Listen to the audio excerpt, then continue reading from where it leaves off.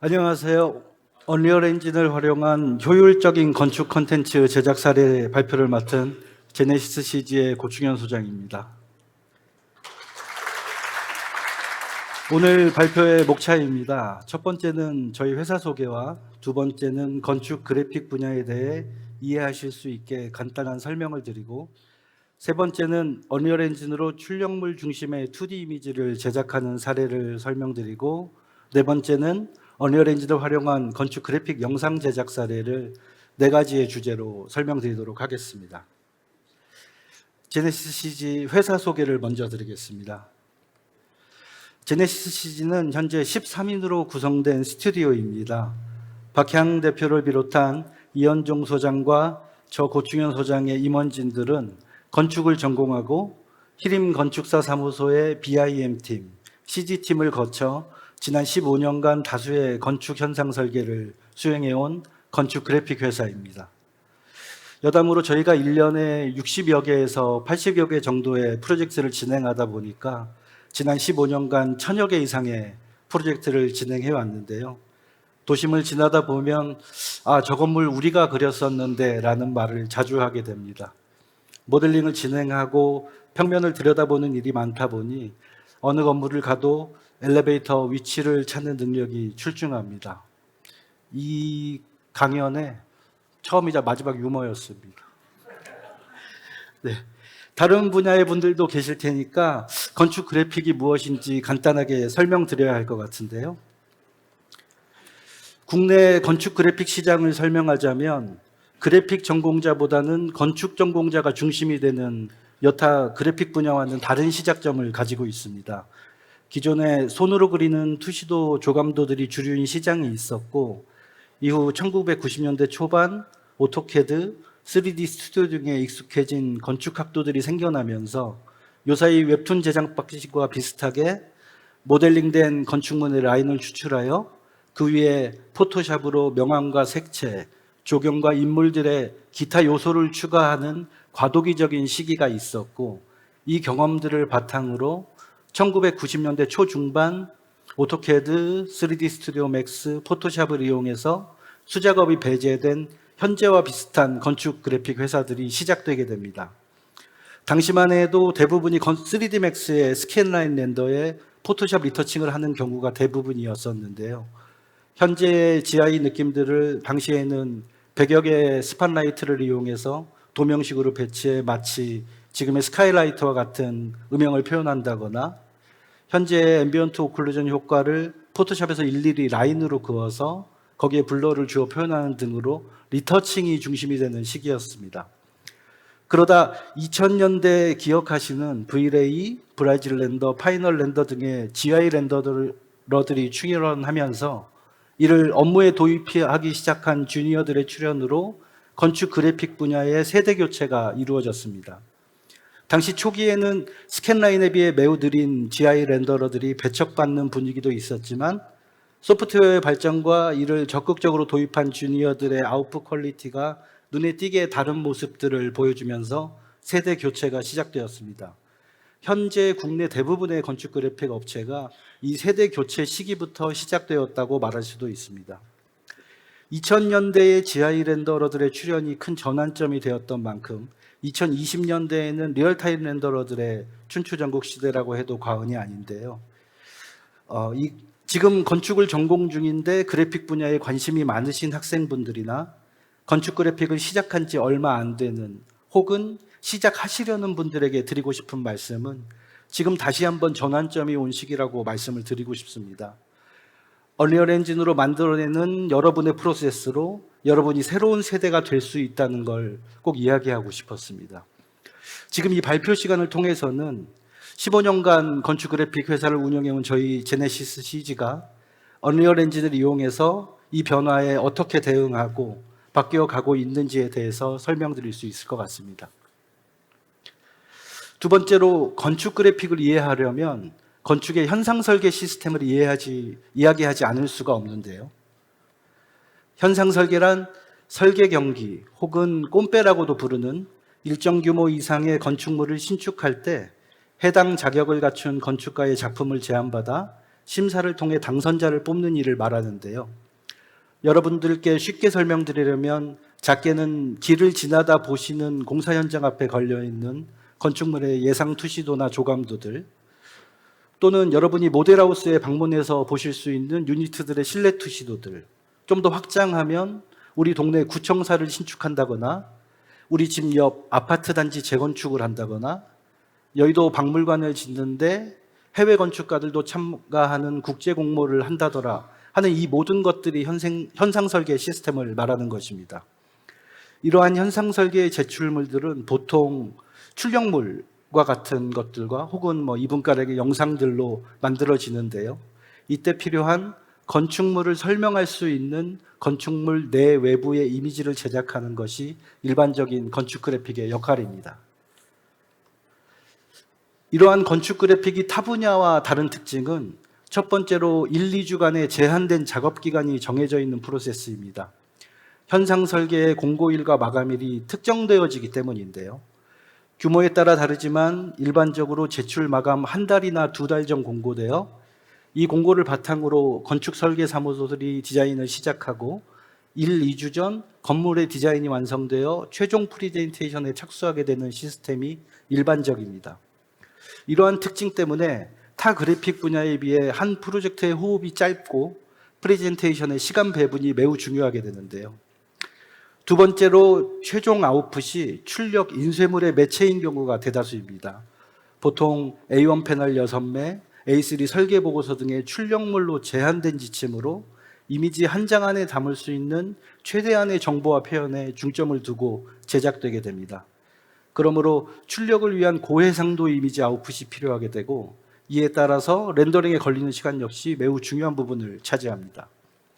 근래는 SNS가 발달하면서 공공건축의 인터넷을 통한 심사 생중계나 주거 부문의 주민투표를 위한 참고자료로 투표 전 유튜브를 통해 건축물의 설명들을 미리 게시하여 주민들의 참고자료로 사용하게 하는 등 건축 영상에 대한 수요가 증가하고 있는 추세입니다.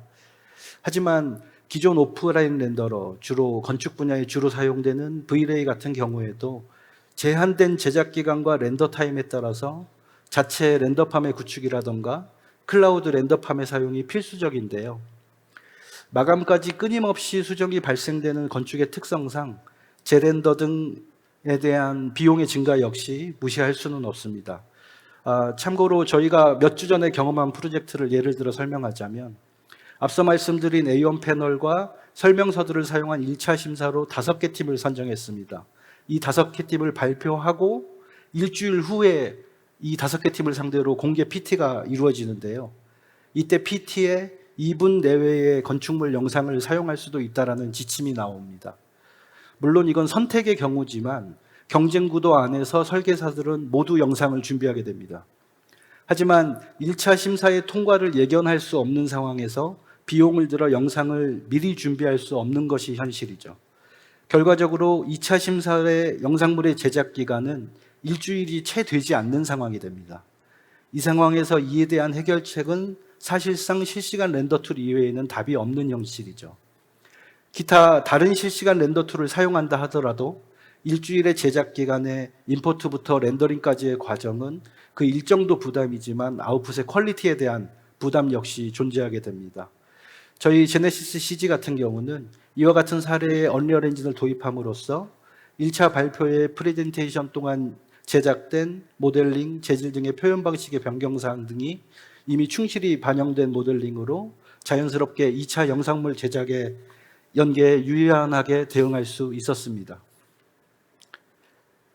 앞서 설명한 건축 그래픽 분야의 특징들에 대응해서 언리얼 엔진은 다음과 같은 장점을 가지고 있는데요. 리얼타임의 빠른 렌더링과 의사결정 시간 단축은 1, 2주간의 제한된 작업 시간에 보다 효과적으로 대응할 수 있게 해줍니다.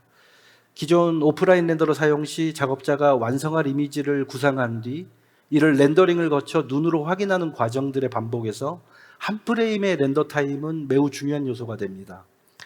저희가 농담 삼아 이야기하는 테스트 렌더를 10번 해본 사람보다 100번 걸어본 사람이 더 나은 아웃풋이 나온다라는 이야기를 하는데요. 사실 이 과정이 모두 작업 시간의 연장을 의미하게 되죠. 여기에 언리얼 엔진의 리얼타임 렌더링은 작업자가 뷰포트를 통해 실시간으로 확인하고 쉽게 변경하고 새롭게 시도해 볼 수 있는 가장 큰 장점이 있습니다. 두 번째로 건축은 특히나 많은 부재와 디테일이 중요한 만큼 생략할 수 없는 실제와 같은 폴리곤 모델의 사용, 공간에 따라 다양한 가구, 인물들의 사용과 조경 부분에서는 다양한 식재들의 사용이 불가피하게 됩니다.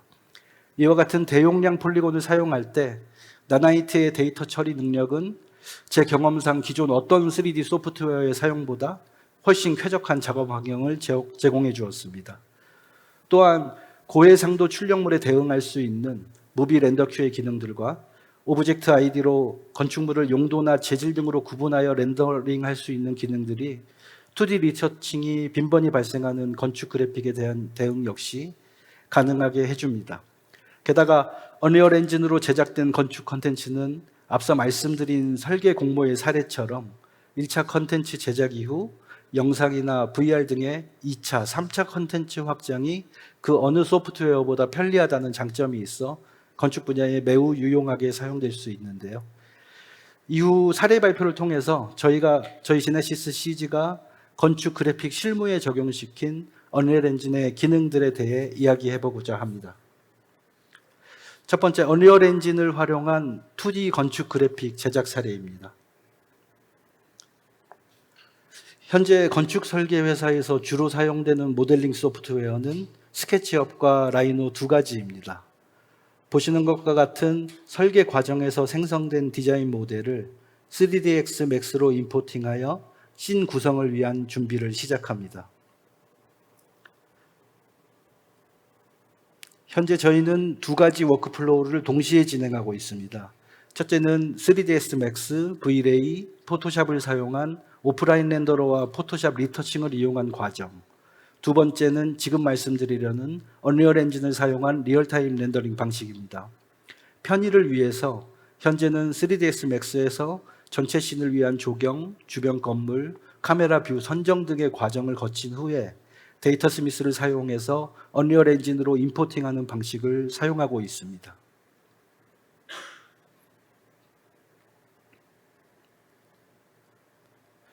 (3ds max에서) 언리얼 엔진으로 데이터 스미스를 사용하여 임포팅한 후 라이팅, 재질, 조경 및 기타 요소들을 구성합니다. 루멘과 패스트레이서 두 가지 렌더링 방식 중 필요에 따라 선택하여 사용하고 있습니다. 현재 보시는 씬은 패스트레이서 방식을 사용해서 제작되었습니다. 언리얼의 리얼타임 기술은 기존 오프라인 렌더러에 비해 라이팅, 재질, 기타 요소들의 배치가 실시간으로 적용되어 빠른 의사결정과 작업시간 단축에 매우 효과적입니다. 이와 같은 장점은 작업자에게 좀 더 창의적이고 모험적인 시도를 할 수 있게 해줍니다. 언리얼 엔진의 오브젝트 아이디를 사용해 재질, 그룹별로 분리되어 렌더링된 EXR 이미지를 포토샵으로 가져와서 좀 더 드라마틱한, 좀 디테일한 요소들을 리터칭해 줍니다. 이후 AI 스케일링 과정을 거쳐 디테일과 해상도를 보강해 주는 과정은 저희도 현재 테스트 중입니다. 테스트 중이지만 리얼타임 렌더링과 AI 스케일링의 결합은 기존 오프라인 렌더러 워크플로우에 비해 매우 만족스럽습니다. 이와 같은 언리얼 엔진을 사용한 작업 방식의 변화는 앞서 말씀드린 현상 설계 특성상 짧은 작업 기간에도 다양한 시도를 가능하게 해주는 시간상의 이점을 주고 뷰포트를 통한 실시간 렌더링을 통해 작업물의 질적인 향상까지도 가능하게 해줍니다. 무엇보다도 이와 같은 작업 방식은 차후 영상이나 VR 등의 2차, 3차 컨텐츠의 연계가 손쉽게 가능하다는 데 큰 장점을 가집니다. 다음은 같은 프로세스로 작업된 사례를 좀 더 보시겠습니다. 지금은 조감도를 위한 준비 과정을 보여주고 있습니다. 언리얼 엔진의 폴리지 시스템은 건축 조경 배치에도 나무랄 데 없는 성능을 보여줍니다. 보시는 것과 같은 리얼타임 뷰포트가 주는 쾌적한 작업 환경도 매우 큰 장점이죠. 앞서의 사례와 같이 뷰를 선정하고 렌더링의 과정을 보시겠습니다. 얼마 전까지도 투시도 정도는 리얼타임으로 가능하더라도 조감도는 시기상조 아니냐라는 생각들을 많이 했었는데 보시는 것처럼 무리 없이 진행이 가능합니다. 또한 건축에서 중요한 고해상도 렌더링이 가능해서 보시는 것처럼 한 장의 이미지에서 보여지는 디테일도 만족스럽습니다.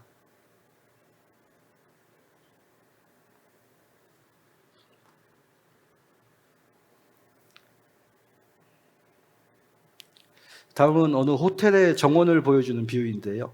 같은 프로세스로 진행한 사례입니다.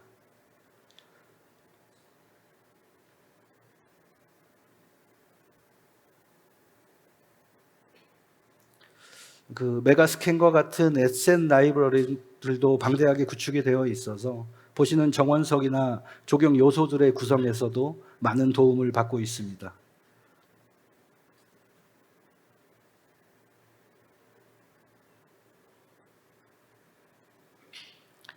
그럼 여기까지 언리얼 엔진을 사용한 2D 건축 그래픽 제작 사례 챕터를 마무리하겠습니다.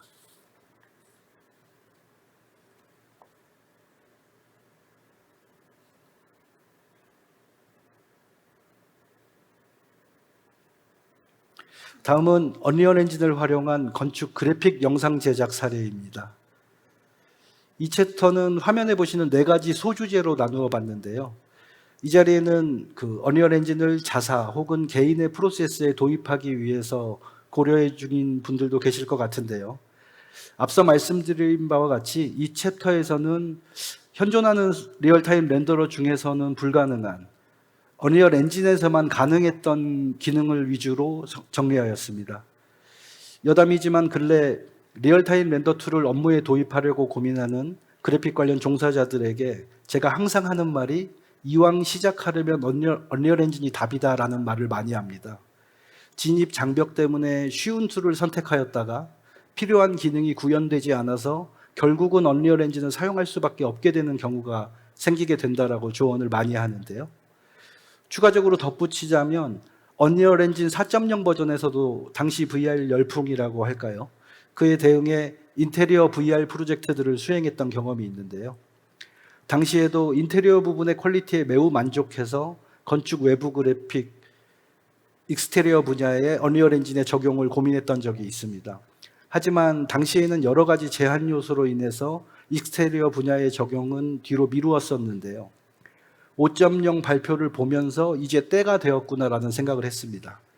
최초 5.0 발표 이후 현재 5.4 버전까지의 업데이트를 볼 때 앞으로 언리얼 엔진이 만들 미래가 매우 기대가 됩니다. 이렇게 빠르고 실질적인 업데이트 역시 언리얼 엔진을 업무에 우선적으로 도입해야 되는 중요한 이유입니다. 이번 발표 기회를 빌어 앞서 말한 저희가 직접 경험해본 클라이언트에게 요청받은 업무 진행에 필요한 기능 중에 다른 툴에서는 구현할 수 없었고 언리얼 엔진에서만 가능했던 사례 위주로 정리하여 발표드리겠습니다. 첫 번째, 드론 영상을 사용한 건축 영상 제작 사례입니다. 건축 그래픽 영상에서 실제 부지의 드론 촬영본과 준공된 건축물을 미리 합성하여 표현하는 방식은 이제 보편적인 일이 되었습니다. 저희 제네시스 CG도 현장 여건이 가능하다면 드론을 이용해서 현장을 답사, 촬영, 영상 합성 등을 제작해 오고 있었습니다. 기존에는 3ds max와 오프라인 렌더를 사용해서 드론 합성 영상을 제작해 왔었는데요. 이번에는 언리얼 엔진에서 드론 영상을 합성한 건축 영상 사례에 대해 살펴보도록 하겠습니다.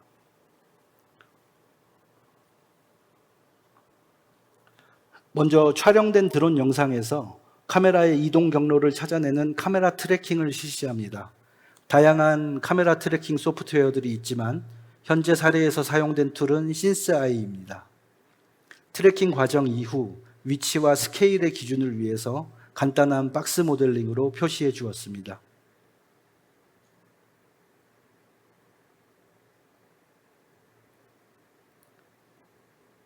완성된 카메라 트래킹 데이터의 미세 조정을 위해서 USD를 이용하여 3D Max로 임포트해 주었습니다. USD란 Universal Scene Description의 약자로 3D 에셋을 표현하기 위해 픽사에서 만든 파일 형식으로 다양한 3D 에셋을 컴파일하고 사용할 수 있는 오픈소스 소프트웨어입니다. 현재 사례와는 달리 필요에 따라 언리얼 엔진으로 바로 임포트하여 미세 조정 후 사용하는 것도 가능합니다.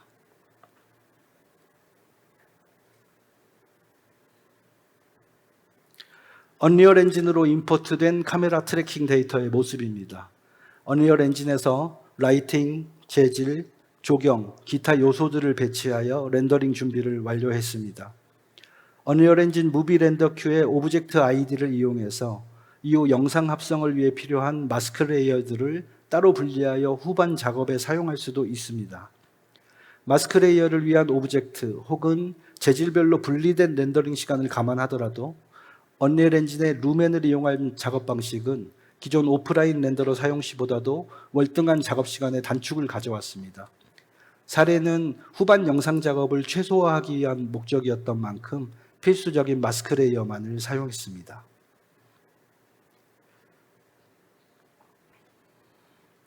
다음은 보시는 사례와 같이 카메라가 고정되어 있는 영상을 배경으로 사용하게 되는 경우입니다. 이럴 때 유용하게 쓸 수 있는 것이 언리얼 엔진의 이미지 플레이트입니다.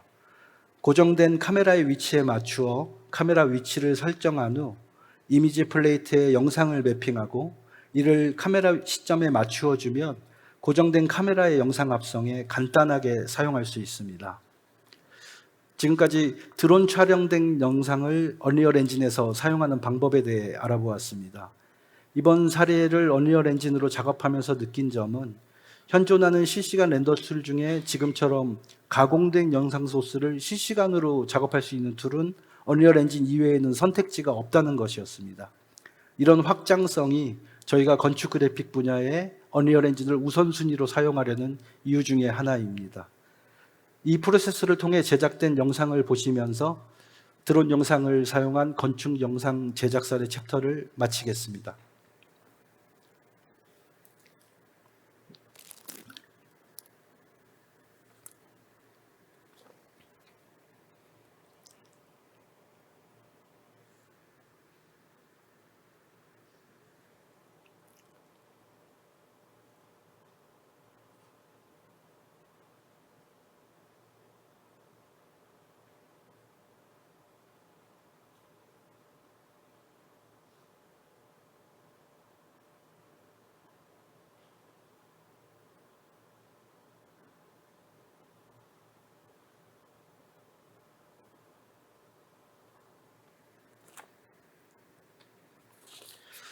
다음은 나나이트 기능을 활용한 도시 표현 사례 챕터입니다. 지금 보시는 영상은 2023년에 언리얼 엔진 5.1 버전으로 제작한 영상입니다. 건축에 있어서 도시와의 관계를 보여주는 일은 매우 중요합니다. 더욱이 영상에 나오는 대규모 주거시설에서는 주변 도시 표현의 필요성이 더욱 커지는데요. 앞서 말씀드린 현상 설계의 특성상 제한된 시간과 비용으로 대규모의 도심 표현은 쉽지 않은 일이어서 협의를 통해 위성사진이나 영상 위에 2D 드로잉으로 대체하는 것이 일반적이었습니다. 해당 프로젝트를 언리얼 엔진으로 작업하면서 광역 도심 규모 모델에서도 월등한 성능을 보여주는 언리얼 엔진의 기능에 감탄을 했었는데요. 이번 챕터를 통해 이 작업 과정을 살펴보도록 하겠습니다. 첫 번째로 주변 건물로 사용할 에셋을 준비했습니다.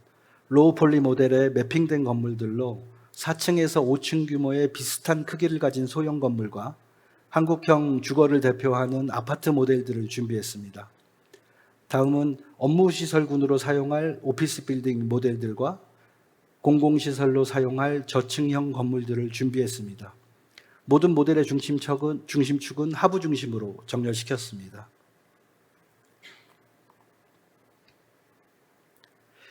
해당 프로젝트에서는 3D Max 플러그인 포레스트 툴을 사용하여 주변 건물을 배치했습니다.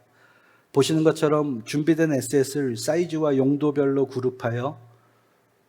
그룹화해 주었습니다. 준비된 소형 건물 에셋을 사용하여 배치한 주변 저층 블럭입니다. 블럭에 인접한 도로를 랜덤하게 바라보도록 설정하여 좀 더 자연스러워 보이게 배치하였습니다. 도로가 되어 비어질 부분에 스플라인을 배치하고 그 스플라인의 특정 거리에는 건물이 배치되지 않고 가까운 스플라인을 바라보도록 설정하였습니다. 도로에 인접한 건물들을 따로 배치하기 위해서 공간 확보를 위해 도로폭보다도 좀 더 멀리 배치하였습니다. 다음은 도로에 인접하여 배치될 건물군입니다. 앞서 배치한 저층 건물 블럭의 테두리를 감싸주는 형태로 만들어서 도시 구획처럼 보이도록 만들었습니다. 에셋을 준비할 때 비슷한 사이즈로 구분해 준 이유도 이러한 방식으로 배치할 때 건물 간의 거리 설정을 용이하게 하기 위해서입니다. 이런 방식으로 도로, 보행로, 가로수, 가로등 등의 요소들을 배치하여 디테일한 표현도 할 수 있겠지만 본 프로젝트는 단기 프로젝트에 사용될 배경임을 감안해서 편의성에 더 중점을 두어서 진행하였습니다. 이렇게 만든 저층 건물 블럭을 전체 도시경관의 베이스로 사용하고 이 위에 랜드마크가 되는 특정 건물들은 따로 모델링하여 추가해주는 방식으로 작업을 진행하였습니다. 앞서 만든 저층 건물群보다 멀리 있는 원경에 보이는 건물들은 고층 아파트 위주로 랜덤하게 배치하였습니다. 이와 같은 방식으로 제작된 주변 건물을 데이터 스미스를 이용하여 언리얼 엔진으로 임포트하였습니다. 설계 부지에서 멀리 떨어져 원경으로 보일 부분들은 랜덤하게 고층 주거들을 배치하여 처리하였습니다. 여의도에 위치한 랜드마크 건물들은 따로 모델링하여 배치하였습니다. 원경에 위치한 저층 주거 지역입니다. 데이터 스미스로 임포트해온 모델링에 랜덤하게 곳곳에 오피스 빌딩들을 추가해 주었습니다. 부지 우측에 위치한 저층 주거 지역에도 랜덤하게 오피스 빌딩들을 추가해 주고 현황과 비슷한 아파트 배치를 이용해서 위치에 맞게 배치해 주었습니다.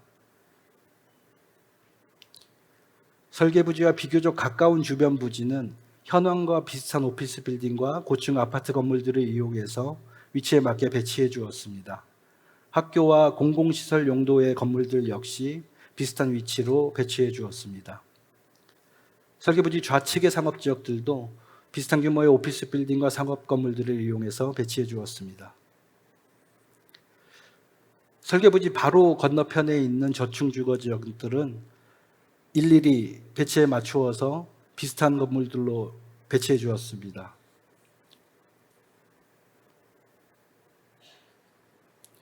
이와 같은 작업 과정을 통해 배치한 주변 건물들을 주요 앵글에서 체크하고 남산타워 등과 같은 랜드마크들도 추가로 배치해 주었습니다. 사용된 모든 주변 건물과 지형 데이터에는 나나이트를 적용하여 보시는 것처럼 작업 과정에서도 주민 줌아웃이 끊김없이 구현되는 것을 보실 수가 있습니다. 다양한 3D 관련 소프트웨어들을 사용하여 왔지만 동일한 건축 도시 단위의 대규모 데이터를 사용할 때 언리얼 엔진만큼 쾌적한 작업 환경을 제공해주는 툴은 경험해보지 못했습니다. 사례는 3D Max 플러그인을 사용해서 제작했지만 언리얼의 PCG, 프로시저럴 컨텐츠 제너레이션을 사용해서 제작하는 방법도 가능합니다. 저희도 아직 테스트 중이긴 하지만 간단한 원경 건물들의 표현에는 그다지 어렵지 않게 구현이 가능합니다. 보시는 것처럼 사용하고자 하는 에셋, 밀도, 범위 등의 간단한 규칙만 정해준다면 실시간으로 조절되는 편의성을 보여줍니다. 이런 PCG 기능과 적절한 에셋, 나나이트를 결합한다면 광역 도심의 표현에도 아주 유용하게 사용할 수 있습니다.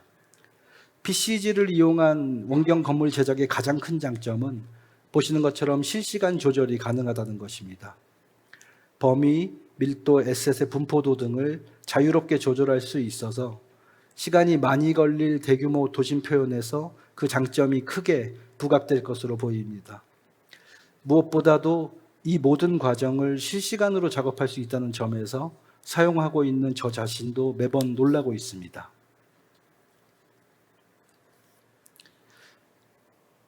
또한 대규모 도심 표현 등에 대해서는 현재도 다양한 플러그인이나 에셋들이 개발되고 있어서 저 또한 기대하고 있습니다. 그동안 제작해온 사례 영상들을 보시면서 나나이트를 활용한 도심 표현 사례 챕터를 마무리하겠습니다.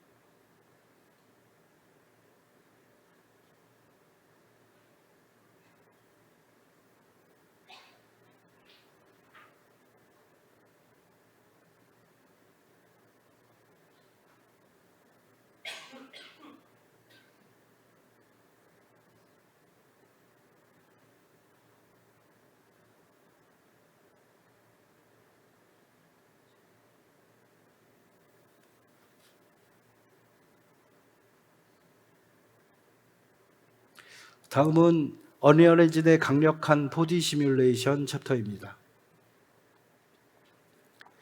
건축 그래픽 분야에서 기존 오프라인 렌더러를 사용하는 워크플로우와 짧은 제작 기간의 단점은 VFX 분야를 프로젝트에 접목시키는 것에 큰 장애물이었습니다.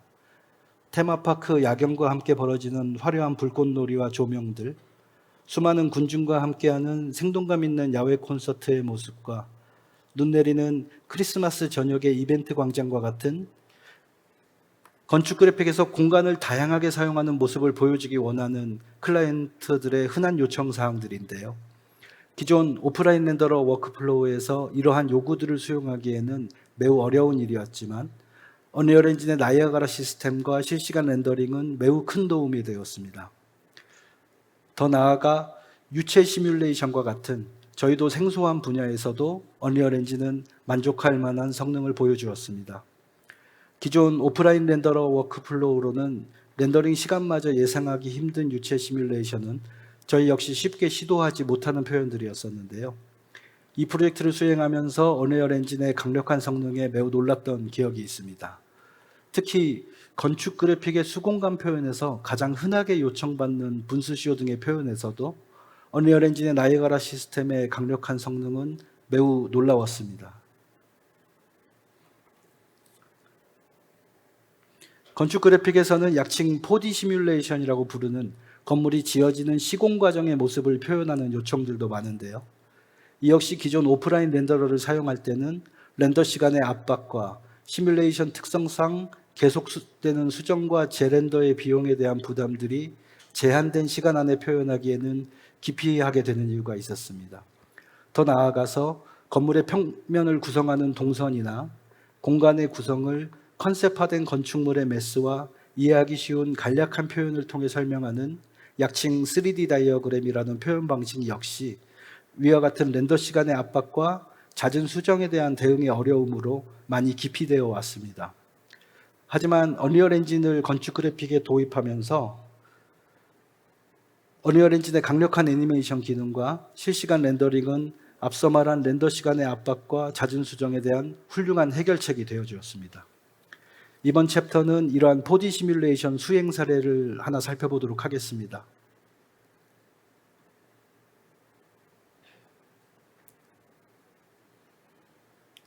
지금 보시는 파티클 시뮬레이션은 3dsX Max 플러그인 타이플로우를 사용하여 제작하고 언리얼 엔진으로 임포팅하여 렌더링한 사례입니다. 타이플로우로 제작한 파티클 시뮬레이션을 오프라인 렌더러를 이용하여 렌더링할 경우 시간과 비용의 압박은 매우 큽니다. 사례의 파티클 시뮬레이션과 언리얼 엔진 실시간 렌더링의 조합은 이러한 시간과 비용의 압박에서 벗어날 수 있게 해주었습니다. 그러던 중 언리얼 엔진 5.4 버전의 모션 디자인 모드 발표를 보고 나서는 더욱 놀랄 수밖에 없었죠. 아직 테스트해보진 못했지만 앞으로 자주 사용하게 될 것 같습니다. 다음은 건축 그래픽에서 가장 자주 요청되는 표현으로 국내에서는 흔히 4D 시뮬레이션이라고 부르는 건축 공정의 단계별 표현이나 지금 보시는 것처럼 건물이 지어지는 듯한 표현들의 제작 과정에 대해 한번 살펴보도록 하겠습니다.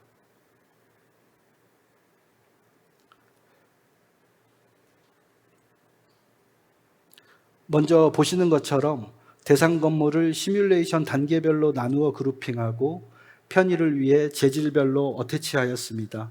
현재 보시는 사례는 7개의 바닥과 벽, 계단, 인면, 루프 구조, 루프 패널 이렇게 구분하여 나누었습니다.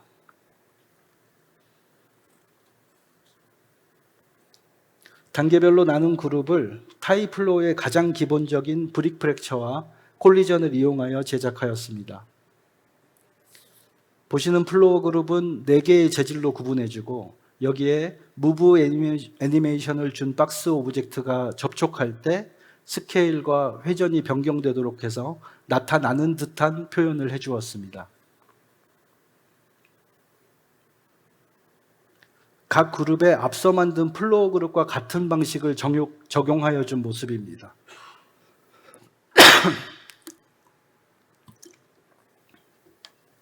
콜리전되는 박스 오브젝트들의 이동 방향을 그룹별로 다르게 적용해서 손쉽게 만들어지는 듯한 시뮬레이션을 진행할 수 있습니다.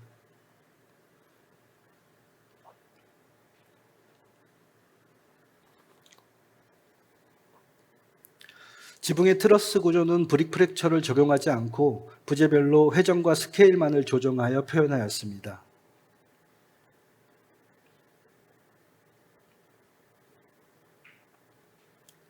(3D맥스에서) 타입플로우를 사용하여 7개의 타입플로우 시뮬레이션을 완성했습니다.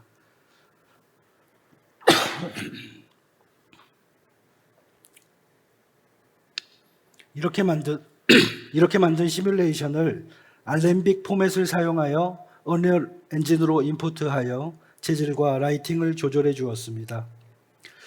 앞서 3ds 맥스의 뷰포트와는 다르게 언리얼 엔진의 실시간 루멘 뷰포트는 매우 빠른 반응 속도를 보여줍니다. 당연히 렌더링 시간도 오프라인 렌더러와는 비교할 수 없을 정도로 빠릅니다.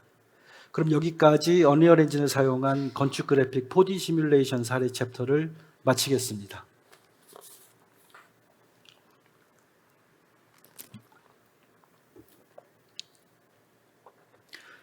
다음은 마지막 메타휴먼을 사용한 컨텐츠 제작 사례 챕터입니다.